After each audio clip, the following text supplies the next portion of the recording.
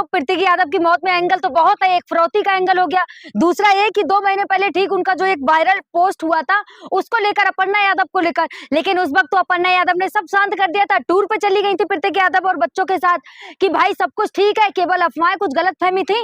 लेकिन उसके बाद देखा नहीं, जैसे ही प्रीति यादव की मौत हुई 4:30 बजे से 4:20 से खबरें आना स्टार्ट हो गई, 5:20 तक लगभग तय हो गया कि प्रीति यादव को हॉस्पिटल में ले जाया गया और कहा गया कि वो नहीं रहे इस दुनिया में। 5:30 तक पूरी खबरें हो गई और अपर्णा यादव लखनऊ कब पहुंची? बहुत लेट पहुंची ना। तो वही चीज है ना, जांच का विषय तो सारे एंगलों, खास करके अगर जांच होगी ना तो कहीं ना कहीं अपर्णा यादव का फंसना तो तय है। लेकिन ये भी तो है, अगर बीजेपी की तरफ से देखा जाए, इस मौत को इतना सियासत में क्यों लाना, इतना सवाल के घेरे में क्यों लाना, जरूरी क्या है इस बात की? क्या राजनीति करना है क्या लाशों पे? लाशों पे राजनीति नहीं, सच्चाई सामने आना चाहिए ना। अगर एक इंसान मरा है तो उसकी मौत किस तरीके से, वो पूरी सच्चाई आनी चाहिए ना। क्योंकि एक तरफ फिरौती मांगी गई, एक तरफ पॉक्सो एक्ट लगाने का आरोप और धमकी दी गई, और वहीं दूसरी तरफ अपर्णा यादव के साथ जो उनका ट्वीट एक वायरल हुआ कि ये औरत मेरा पूरा परिवार बर्बाद कर देगी, मेरा पूरा खानदान बर्बाद कर देगी और मुझे इसके साथ नहीं रहना, इस तरीके जो वायरल पोस्ट हुए थे, तो उसके लिए कहीं ना कहीं। और हाँ, अपर्णा यादव योगी आदित्यनाथ की रिश्तेदार है, ठीक है, हमारे जो यूपी के मुख्यमंत्री हैं उनके रिश्तेदार है। तो बुराई क्या है? बुराई नहीं है, जांच का विषय तो है ना।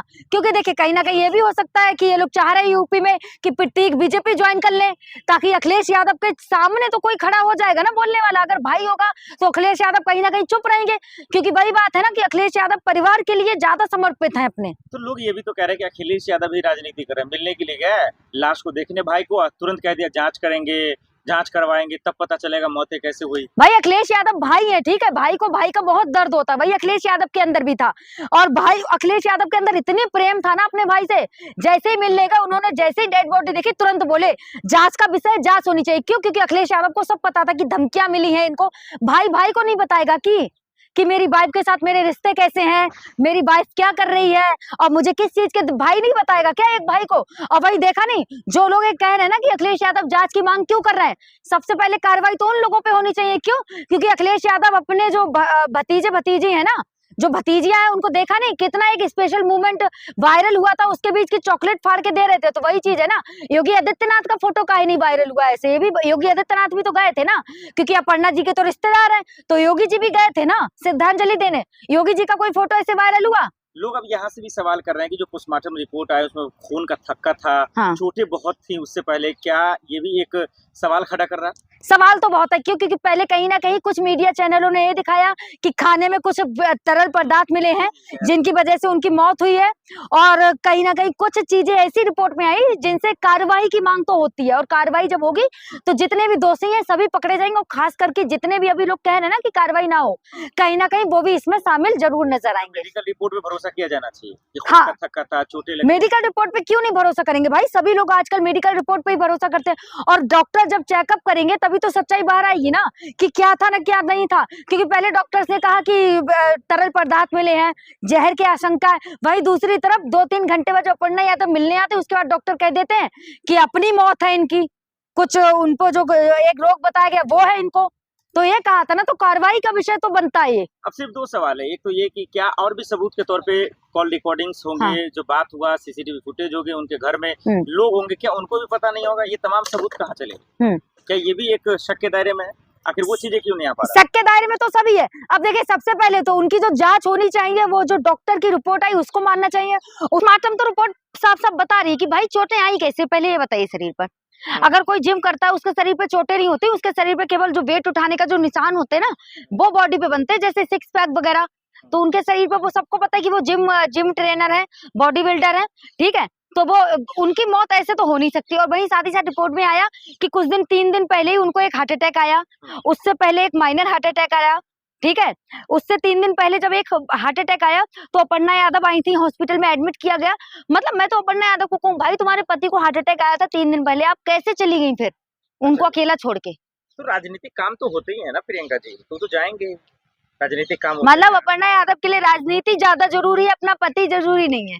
मतलब पति जरूरी नहीं है, राजनीति जरूरी है इनके लिए। तो वही चीज है ना, सच्चाई तो बाहर आनी चाहिए।